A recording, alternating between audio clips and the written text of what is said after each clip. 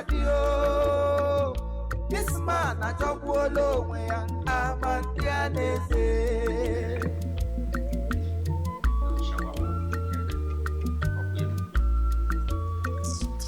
Hey. Ballistic palliative afana. Elewegi. Nke isheba na pari owo yede ka akpo.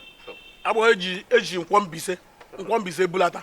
Okay, confirm now. Let me just ask you something. Where did you go? Where did you go and eat all this shit that you are using to pick your teeth? Where did you get money to buy all this shit? Papa mana edara ogbenye. Ede awota ife a na-akọ. Ọ na-abụ nwoke nọgide ọnọgharịa je tachala isi ewu metụkwa oil. Mere ji wee sị gị ọ dịgide apụta n'ọgbọ. Ọ dịgide tachala ife. Ọ dịgide egbekwa aṅụle n'ụwa. Maka n'ụwa adịlizi o. Look at you talking to somebody you assume to be your daddy. You're talking to me in a very stupid way. Don't know me chage say now papa. Ha! Papa, see, let me tell you, the problem you got about that you are too proud of being poor. If poverty is a heritage you inherited from your father, I reject it in Jesus' name. I will never be part of it. Can you put your problem now? You got broken, and you don't want to accept that later. Papa, follow who no road. You can marry father. Let me just tell you something. Don't know. As long as this place is concerned, I'll be giving you hell. As long as this. Do you know what I call hell? I'll be giving you hell, fire. I'm a quack.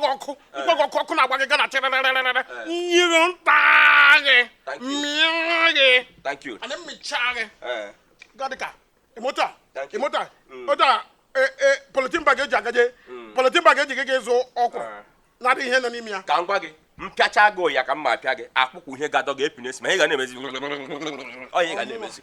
Kangwage, if this property in Afuna is my heritage, you inherited from your father, I will inherit it from you. Gemaka deba humble. Bakachi, eba kwambo. La ebere kam na emere gi. Just a few days mmeshinu na achupo gi.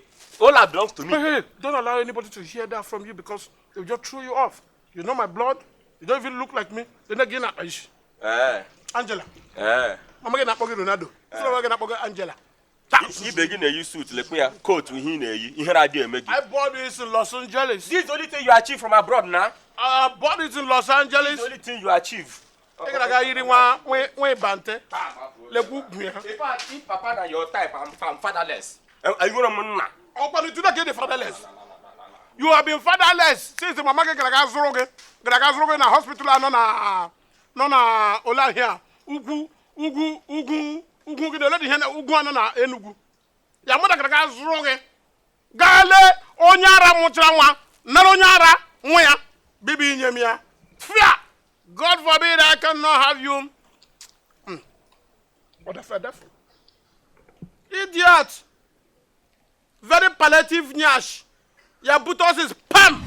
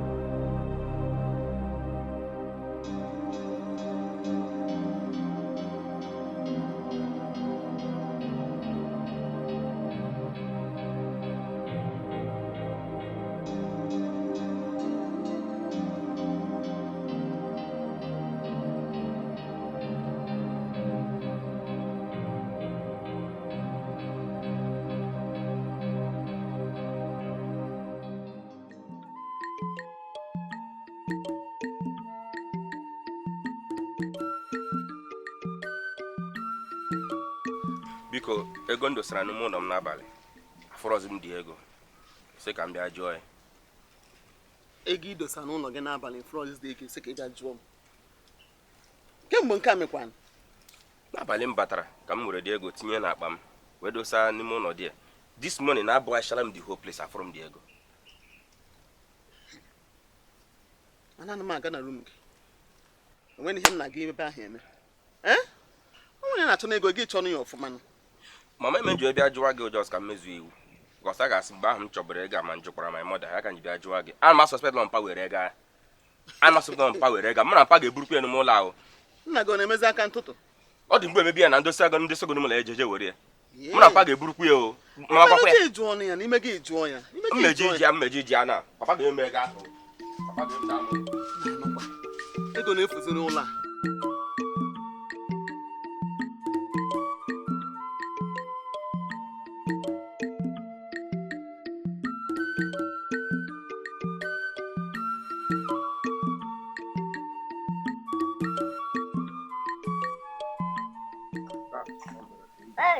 Alaba molewe.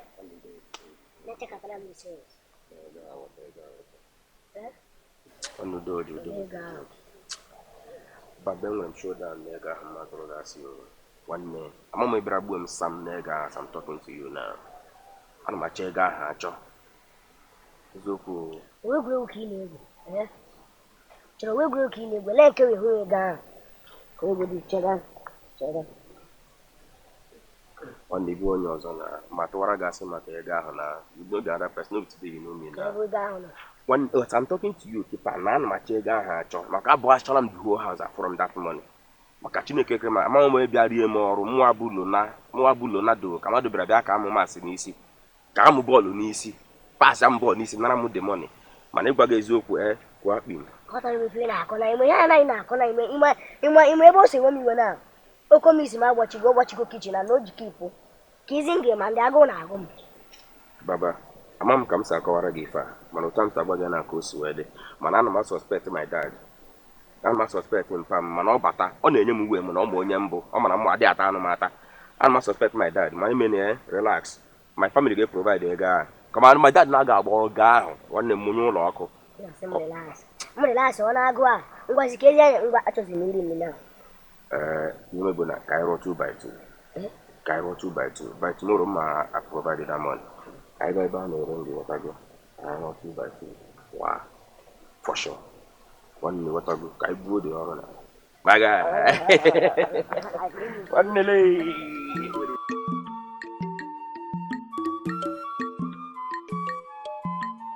I don't think it's right. Do we, baby? I don't think men should sleep alone. I don't think it's right. Papa, Do we, baby? Papa, Mama. biko ego ndosa na akpa m n'ime ụlọ afrozi m the money. Papa ka ebe ego m dị. Oh my wow. That is damn shit of a guy. Mụwa. Yeah. Imagine na gwa gị. Enweghị asụrụmanya. You just walk there, not even to say good morning to your dad, and you're here talking about money. Shit. Papa. All over you. Papa, Lanya, akwefuru, abịara m here bịa ka mụ na gị na bọbịa sụwa Ghana wana Ghana.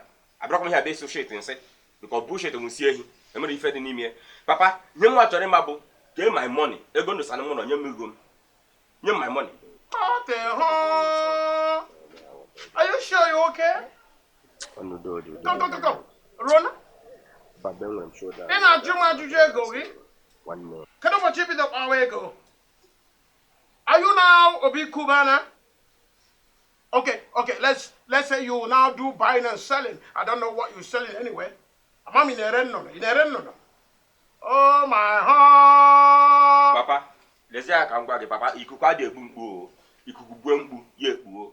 Ị na-aghọta ya na ị ga-abịa hịa na mụ abụ Lonado ị bịa gị ka m pas n'isi nye ego papa aga m ekwe mma agba gị difensi odo oge anya ọ dịghị clear n'anya na ka m gba gị ya m wepụtara m ego ahụ if this has hereditary for your father mma mụ ụlọ God who made me and you. What did you say? If that your black and white television mma abịa ọkụ na gị fịa na ego Shut up! That's your dirty mumble. Are you okay? mụ na gị na-abụ ga-agba bọọ 90 minutes no extra time na m wepụtara m ego ahụ You what goes you? Why have to get in America? But I cannot hear. I'm missing them to Sarah. Just going to see people given. Just going to make a given. But what time that money? I got that money. I grab a game for the money now. I give a Look at who is talking. That nigga about walk. Hey, then you must be crazy, man. But le malonyam buna. But me change ligie. Me change ligie. Fi ananya na bona. Me puta coins. Punye regular no naira, no dollars. Gi fi ananya na bona aka na. Okay. Do mbachire. Come on, get away, my friend. Just kanata me ga. Kanata. Come back here. Get out. Hey. Let me just tell you, man. You can't do rabbit. Look at you walking like him, Mbeku. You're walking like him, Mbeku. Oh my heart! Just because you plaited your fucking head, I mean, your damn hair. Is that why you are making guy? Look, if you sell my black and white, I will send you and buy another TV. Do you understand me? What a heart! Oh my wow! Shit! You sell my black and white TV, sell this house, burn down this house. Do you know my father? It was a great pan wine tapper. You know how much you better do this?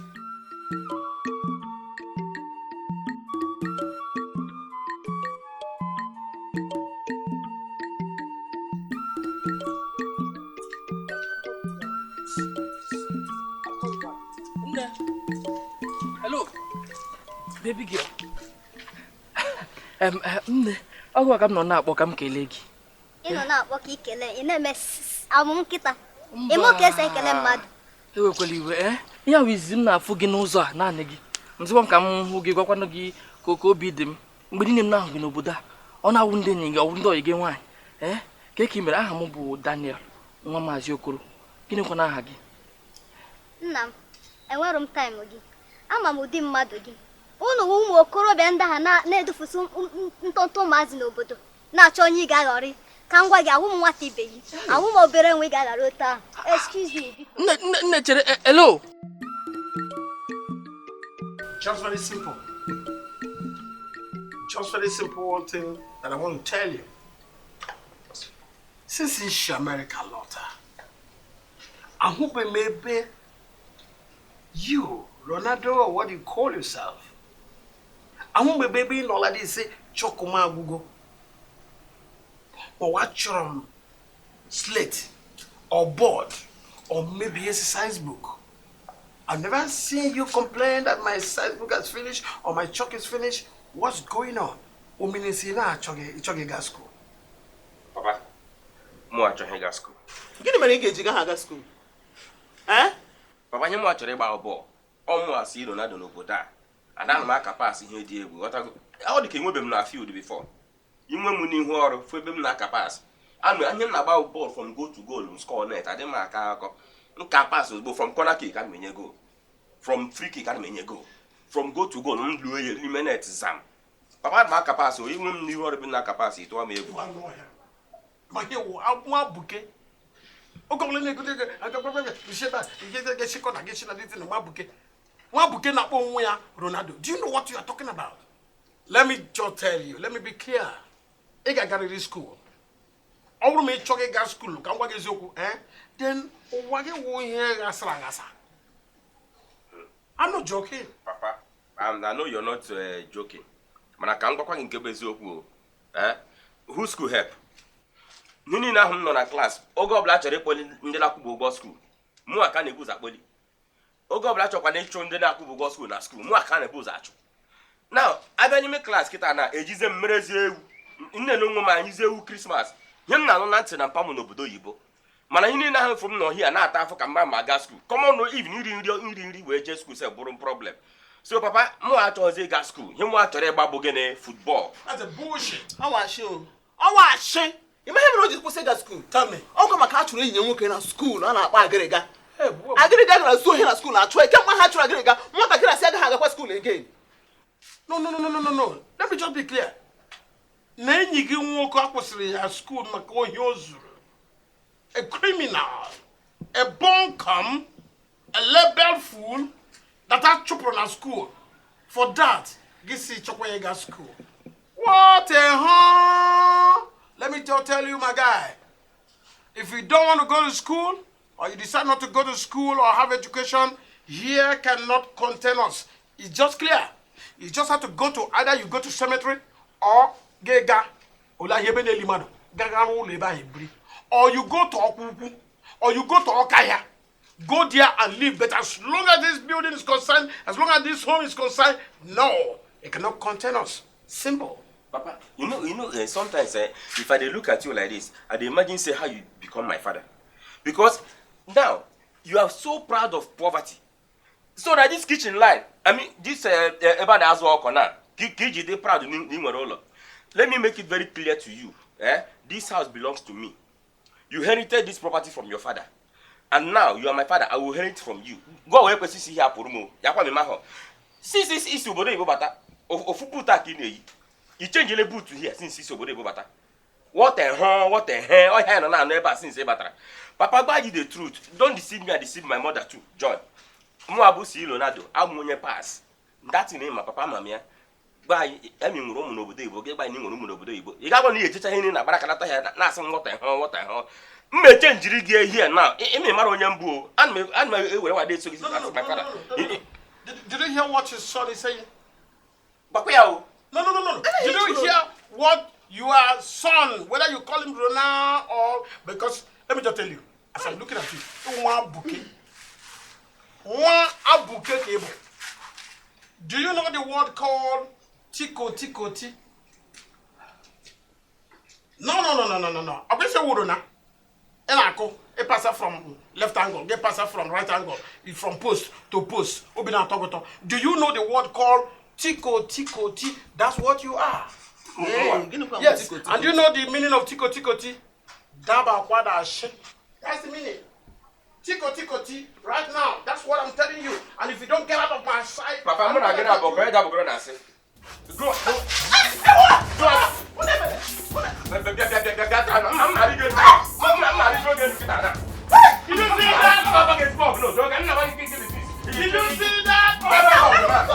All right, thank you very much. This is Chief Imo and his crew.